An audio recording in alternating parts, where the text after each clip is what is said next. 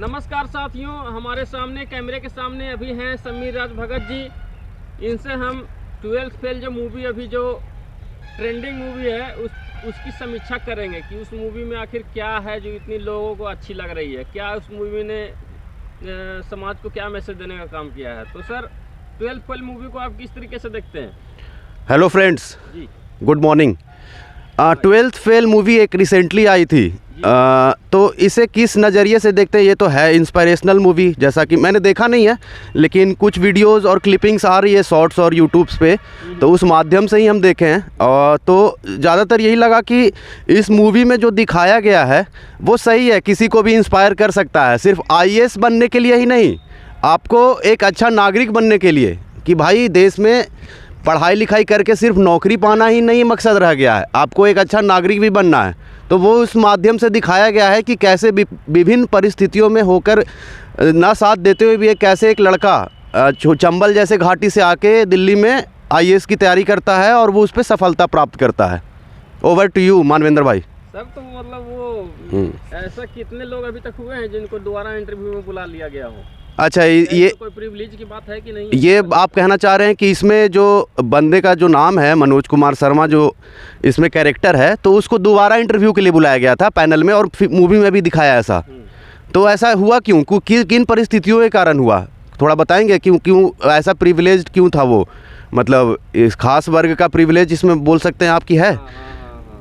अच्छा, तो अभी तक और तो भाई बहुत सारे लोगों को तो यहाँ पे प्रोफेसर की नियुक्ति में अगर रिटेन में आपका बहुत ज़्यादा नंबर है, हाँ, प्री में आपका बहुत ज़्यादा नंबर है, हाँ, फिर भी इंटरव्यू में जो है कि आपको NFS करार दे दिया जाता है, ओके, नॉट फाउंड सुटेबल। तो ये सिर्फ है बैकवर्ड्स और SC/ST के लिए? तो जो कोई बता दे कि NFS कितने मतलब किस सवर्ण लोगों को NFS दिया गया है? आखिर NFS में OBC और SC/ST ही क्यों आ जाते हैं? क्यों आते हैं? क्योंकि उनके पैनल में उनका है ही नहीं member. The main thing is that कि you don't have any fucking members on your panel. तो ये पैनल में आपके मेंबर्स ही नहीं रहेंगे तो आपको क्यों बुलाया जाएगा? आपको बार बार या फिर 2 बार, सिंपल सी बात है। वो तो उन लोग अपने हिसाब से चलाएंगे ना। इंटरव्यू में आप टॉप कर जा रहे हैं और बाकी चीज़ों में आपका नंबर कम है, बहुत सारी चीज़ें। सर एक चीज़ और हमको दिखा कि उसमें जो 3 जो मेन कैरेक्टर हैं, हाँ हाँ, एक मनोज शर्मा जी हैं, हाँ, और 2 जो मतलब उनकी एक पाठक है और एक ये है गौरी भैया। गौरी भैया का सरनेम नहीं बताया है। हाँ हाँ हाँ, ये मेकर्स ने बहुत चालाकी की है। ये बहुजनों को ना ऐसे ही ट्रीट करते आए शुरू में। उनको गाय का ग्वाला दिखा देंगे, ही है देखिए लप्पू यादव है, ऐसे दिखा देगा फिल्म में, मतलब इस टाइप का। उसको बढ़िया कैरेक्टर से नहीं ये करवाता है। मतलब गुर्री ये उसको क्यों नहीं दिया? अब बाकी को बता रहे हैं कि पांडे जी है, तो उसमें क्यों नहीं आप बता पा रहे हैं कि भैया गुर्री का क्या है टाइटल? हाँ, जैसे उसको ये बताने का प्रयास किया गया है कि गौरी भैया भी मतलब पढ़ने में अपना UPSC को नहीं निकाल पाए, लेकिन गौरी भैया ने बहुत सपोर्ट किया इन लोगों का। तो एक तरीके से तो OBC को दिखा दिया कि OBC मूर्ख था, हाँ, तो उसको क्षमता नहीं था निकाल पाना, बस दूसरे को सपोर्ट कर सकता है। लेकिन गौरी भैया का कैरेक्टर अच्छा दिखाया गया है। हाँ, उसने बहुत सपोर्ट किया मनोज शर्मा। हाँ हाँ, फिर ये ऐसे भी, हाँ, मनोज शर्मा ने उसे सपोर्ट किया, और ऐसे भी जो गौरी भैया कैरेक्टर है वो काफ़ी वाहवाही ले रहा है, मतलब समाज में, कि ऐसा होना चाहिए मित्र, ऐसा ही होना चाहिए, जो मतलब कि।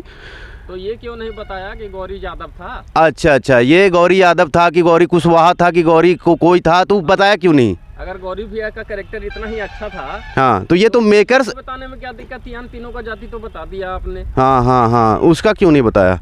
तो ये सवाल है। उसको बारे में सिर्फ ये बता दिया कि बैकवर्ड हो और इसकी औकात नहीं है UPSC निकालने की, पैसे देने का काम किया, लेकिन उसकी जो अच्छाई थी उसकी जाति बताने का काम आपने हाँ हाँ हाँ, ओके। तो इसमें बहुत लोग बोलेंगे कि जाति क्यों जानना चाह रहे हो? जाति इसलिए जानना चाह रहे हैं कि एक तो आपने पूरे OBC को मूर्ख करार दे दिया, लेकिन OBC में किस जाति का वो बंदा था? अच्छा, आखिर अगर आप अन्य लोगों का जाति बता रहे हैं, हाँ, तो गौरी भैया की जाति क्यों नहीं बताई? ये भी मामला पॉइंट तो है कि भाई उनका ही बताइए। ये मेकर्स की तरफ से भूल है, जो फिल्म के मेकर्स हैं बिंदु विनोद चोपड़ा। तो भैया ऐसे नहीं चलेगा, आप एक्सपोज्ड हो गए हैं।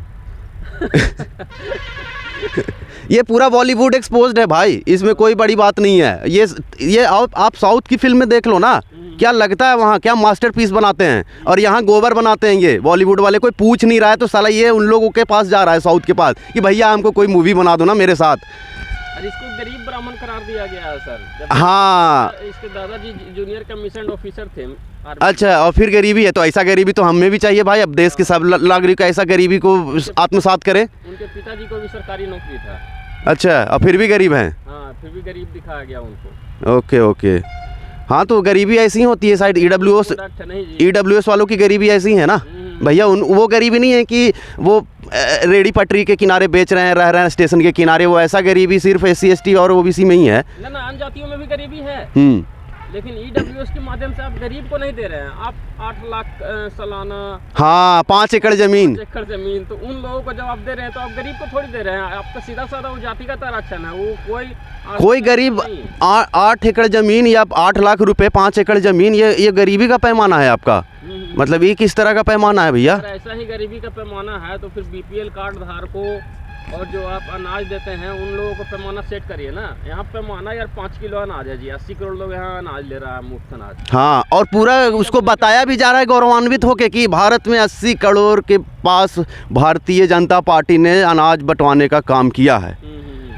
तो ये तो दोनों तरीके से देखिए इसको कि होने वाली। हाँ, लोग तो ऐसे ही बोल रहे हैं कि अच्छा आपका देश इतना गरीब है कि 80 करोड़ लोगों को आप ये अनाज दे रहे हैं।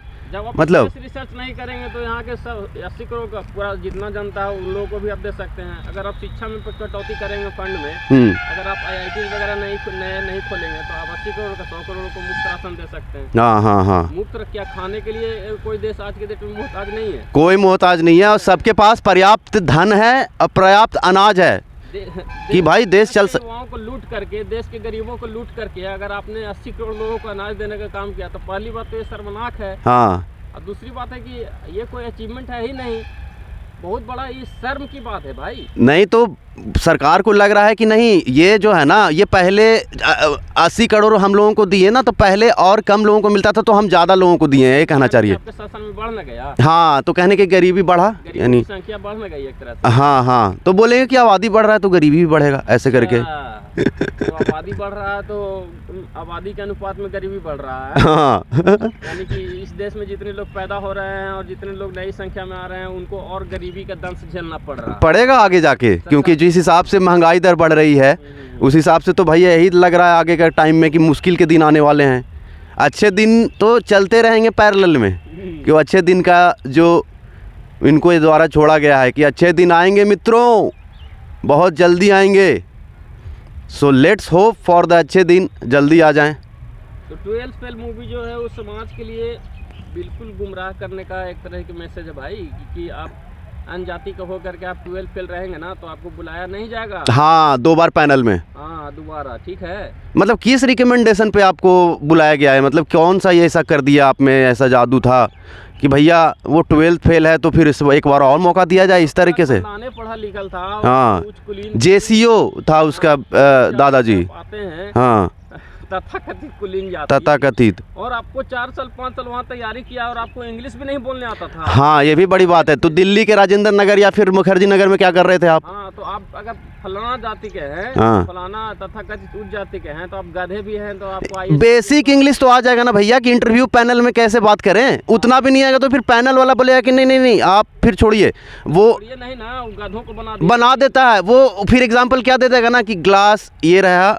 इसमें ग्लास में हमको स्टील के ग्लास में चाहिए। उसका इंटरव्यू का हम क्लिपिंग देखें। अच्छा। कि नहीं नहीं सर, हमको ग्लास से मैटर नहीं है, पानी है होना चाहिए, तो हमको स्टील के ग्लास में चाहिए। तो पैनल बोलता है कि अच्छा पानी तो पानी है, आप चाहे स्टील में पीजिए चाहे कांच के ग्लास में। तो वही बोला कि बस यही अंतर है, हम इंग्लिश जाने ना जाने, जनता को हम लोगों को बीच जाना है, उनको समझना है उनके दर्द को। 2021 की जो IAS टॉपर है, UPSC जो टॉपर है, अपाला मिश्रा, इंटरव्यू में उसने खुद एक्सेप्ट किया कि उससे किस तरीके के सवाल पूछे गए थे।